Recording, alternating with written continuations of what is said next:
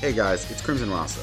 So recently we hit 100 subs on the channel, and it's all thanks to you lovely people who stuck by my content through and through. And I hope I'm able to say this once more with everyone else as they stick with me to reaching higher and higher on YouTube. And since we just reached 100 recently, I wanted to do something to celebrate. So I decided I would be doing a top 10 video of one of my favorite handhelds of all time, the Game Boy Advance. But before we begin, I want to lay down a ground rule. None of these are going to be remakes or remasters of older consoles, as I want this to be a list that only shows how cool the GBA was.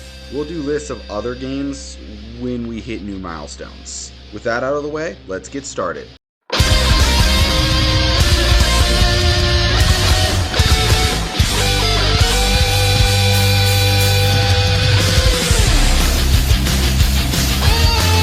Dragon Ball got a lot of handheld games in its long lifespan, and while some were not exactly the best, if I'm being totally honest, sometimes you would get those incredible gems like Dragon Ball Z Boo's Fury.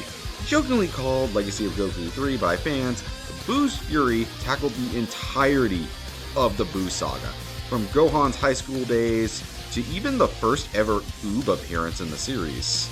The game covers a lot from beginning to end. It also boasts some very impressive graphics and music for the GBA, a fun but simple combat system if I'm being honest, and a surprisingly large amount of items to equip. Some are even Easter eggs to the show itself. Its only weakness is that it has some pacing issues mid-game, along with some pretty boring side quests. But ignoring that, it's still a genuinely fantastic game that I recommend any action RPG or especially Dragon Ball fan pick up.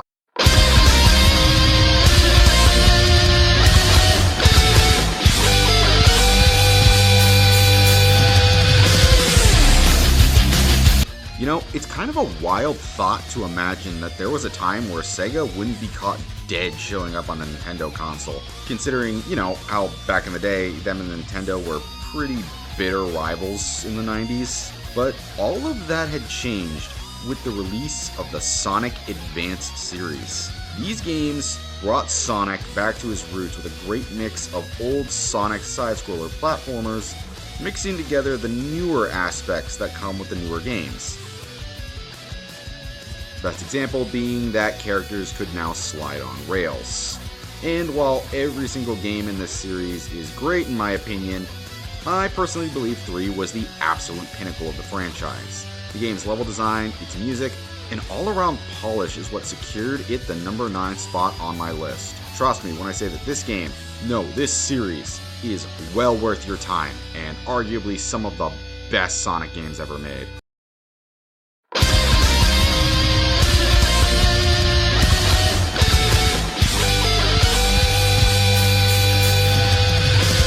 Yeah, it shouldn't be that much of a surprise that a Pokemon game ended up on this list. They basically were some of the go-to games for the GBA and DS eras of Nintendo's lifestyle. And I personally believe the best of their GBA era games was with Pokemon Emerald. The third generation of Pokemon really brought a lot to the table. The introduction of the all-new Hoenn region, over 100 new Pokemon to add to your Pokedex, the double battle system, and the all-new enemy teams in Aqua and Magma, who originally were exclusive to the first 2 games, Ruby and Sapphire, but in Emerald you got to battle them both.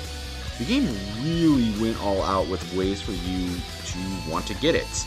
Hell, the post-game Battle Frontier has enough content in it to classify as a fucking game on its own. It's a level of high-depth care that you sadly don't see a lot in newer Pokemon games. Here's to hoping that sometime in the future, Game Freak will finally get a chance to pump out a game with the same level of quality as something like Emerald.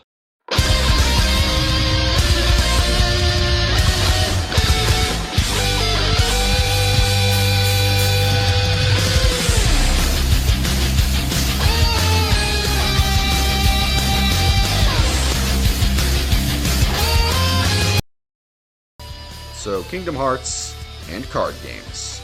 A combination that does not really sound like that would work, but man, oh man, Did Chain of Memories prove me wrong in pretty much every single aspect? The game takes place right after the original Kingdom Hearts, as Sora and gang explore a strange castle that they find on their journey to find Riku and King Mickey.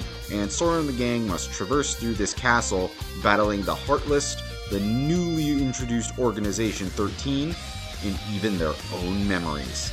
The best part of this game for me was actually its combat. Instead of a standard action RPG like the first game utilized, Chain of Memories utilizes a card-based combat system, where combos are stringed together by using cards. Go figure. Where higher cards also allowed you to have better chances for continuing combos. A combat system that I, ended up falling in love with. Nothing is honestly more satisfying than canceling an opponent's attack with a card break and then wailing on them like a madman. It really sucks how this game got overlooked when it first ever came out, because I genuinely believe it would have made a lot more people's top 10s. Just like me.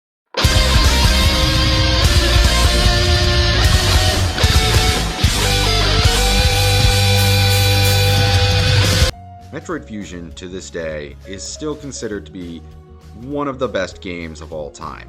From its level design to its gameplay, everything was a complete 10 out of 10, and solidified the Metroid series itself as a Nintendo classic. And then we didn't get another game in the franchise until the GameCube/GBA era of games.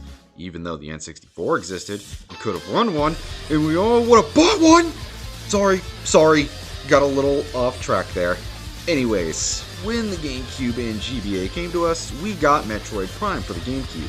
A series I haven't actually played yet, but have heard it's downright amazing. Mainly because I was too focused on the GBA game, Metroid Fusion. What other thing can I say about this game other than wow? The levels were fantastically designed, holding this ambience that made the game feel like something truly special. Gameplay was as top-notch as it always has been.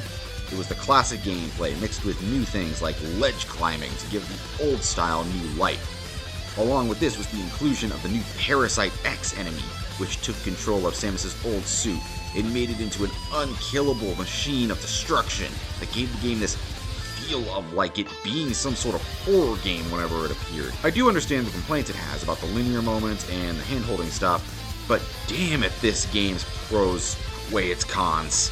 Go play this game.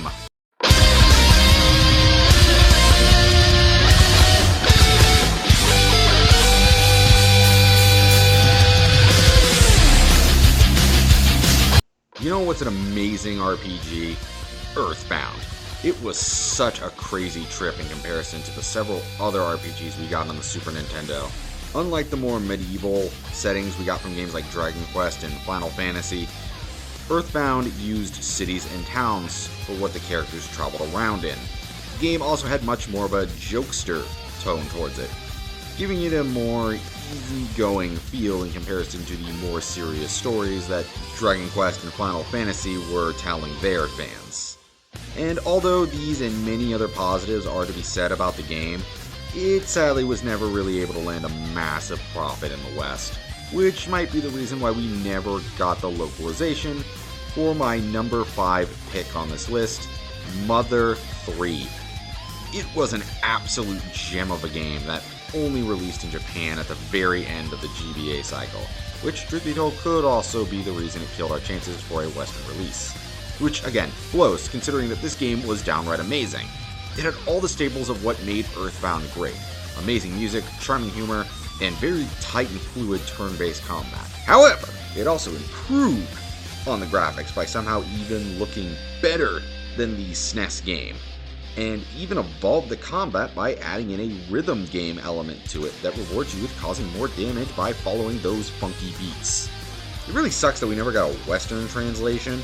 Thankfully, there was actually some people who created a fan translation of the game.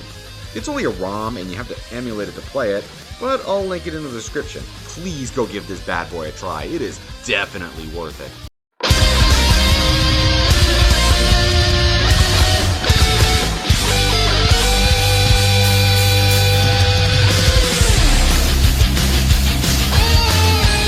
You know, Mario characters in a turn-based RPG was certainly a pretty strange concept back in the 90s and early 2000s. Not like today, where we keep praying that they bring back the RPG formula that they just don't seem to want to anymore for the goddamn Paper Mario series. But back in the early 2000s and 90s, it was still kind of a new concept. We had games like Paper Mario and Super Mario RPG, which is a goddamn amazing game, go play it. But some people were still kind of on the fence about this. Thankfully, all those complaints seem to have disappeared with the release of Mario & Luigi Superstar Saga. In the Mario & Luigi Superstar Saga game, you play as, well, Mario and Luigi, in a journey to get Princess Peach's voice back from Fawful and Cackle, the created villains of this game. Yeah, this is a game where Bowser isn't the main antagonist. One of the first, in fact, so lean in on that a bit. You see, what makes this game so unique is its use of the brothers in both the overworld and gameplay. You control Mario with the A button and Luigi with the B button. It was a combat system that I thought was really cool to utilize in both of these sections. It makes gameplay really interesting than just controlling all the characters with the same button inputs. The gameplay really shined and made the game a lot more memorable through this. After all, instead of just stuff like block and attack in the battle sections, you could use your A-B buttons to dodge attacks or even deflect them back at your enemies. Meaning with enough skill, you could essentially beat this whole game without taking any damage whatsoever. An interesting concept that you don't really see in any other RPG, even in this day and age. Superstar Saga also offers a lot of fun little side minigames and cool item Easter eggs to go through, making the exploration feel genuinely rewarding. It is a game definitely worth playing, even more so now that Nintendo has put this series on hiatus, which sucks because I want another one.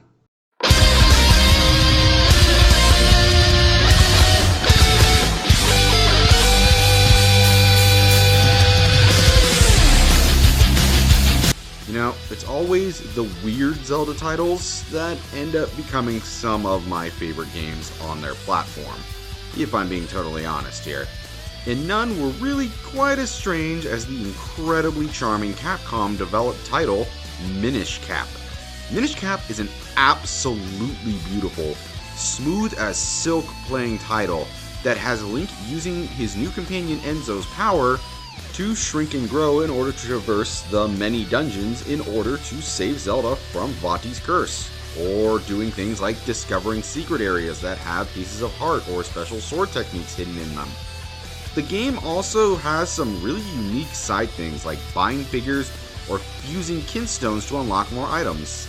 You know, it always bummed me out that we never got another Zelda title like this, as it was so interesting not only due to the unique levels and side stuff, but this was one of the few Zelda titles that didn't have Ganon in the story at all. Instead, you are dealing with the wizard Vati. And this is something that I really wish more Zelda games tried, giving us a new villain instead of just relying on Ganon over and over.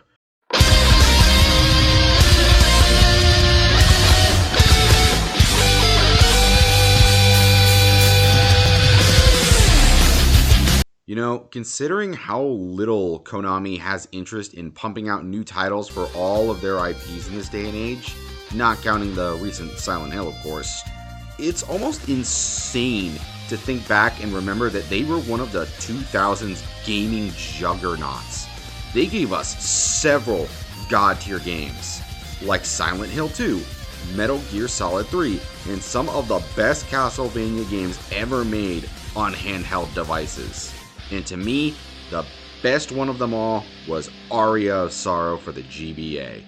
You see, unlike the other Castlevanias on the GBA, which stuck to things like whip combat and battling Dracula, chose to take the route of Symphony of the Night instead, and evolve upon it. Instead of solely using a whip, you could wield a large variety of weapons, from swords to axes to even a fucking gun. Alongside this were the other large changes to the formula. The first being your main enemy in this game isn't Dracula. It's a completely new foe that you must face. And second of all was the protagonist was not even a Belmont. He was Soma Cruz, a teenager that gets wrapped onto this and, without spoiling anything, has a lot more involvement in the story than you might think. And finally was the introduction of the soul domination mechanic, which allowed your main character Soma to wield monster abilities, from attacking with bones, to chucking axes, to shooting fireballs. The amount of abilities was absolutely bananas. I adore this game. Even to this day, this is the one game I hold every single Metroidvania to. It's just that fantastic. And it's not even number one. Speaking of which,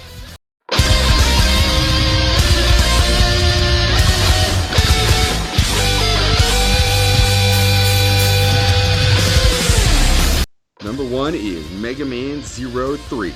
I honestly could just end it here with the words, "It's perfect." But no, I'm gonna gush about this game and you're gonna listen. The Mega Man Zero games were a spin-off series of games that came from the somewhat spin-off / sequel series Mega Man X, which took the OG Mega Man formula and dialed it up to 11 with its speed and gameplay. And Zero takes that Mega Man X dial and dials the shit up to 1 million. Each one of the Zero games are absolute 10 out of 10 games, but the third game is the absolute pinnacle of them all in my personal opinion. 03 takes what the first two games did and removes some of the more annoying aspects of them and fucking juices up the stuff that's needed. You now have far more freedom with the Cyber Elf system in these games, allowing you much more customization for Zero in combat. You also no longer have to worry about leveling up any weapons, giving the combat far more fluidity and intensity to it. This game also possesses some of the best fights in not only the Zero series, but some of the best boss fights in all the damn GBA games that exist. Alongside this was the amazing level design, crazy twist, god tier soundtrack, god it's all so good! What are you still watching this for? Go play this! It's on every single goddamn console! What are you doing here? Sorry about that little outburst at the end there. I got a little hyped up, but that's what happens when you talk about one of your favorite game series. But I still hope you enjoyed the video despite all that craziness. It was great to share my favorite Game Boy Advance games with all of you lovely people. If you enjoyed this, please like and subscribe to my channel. Our next goal is hitting 200. Hope you can join me on this journey, and see you next time.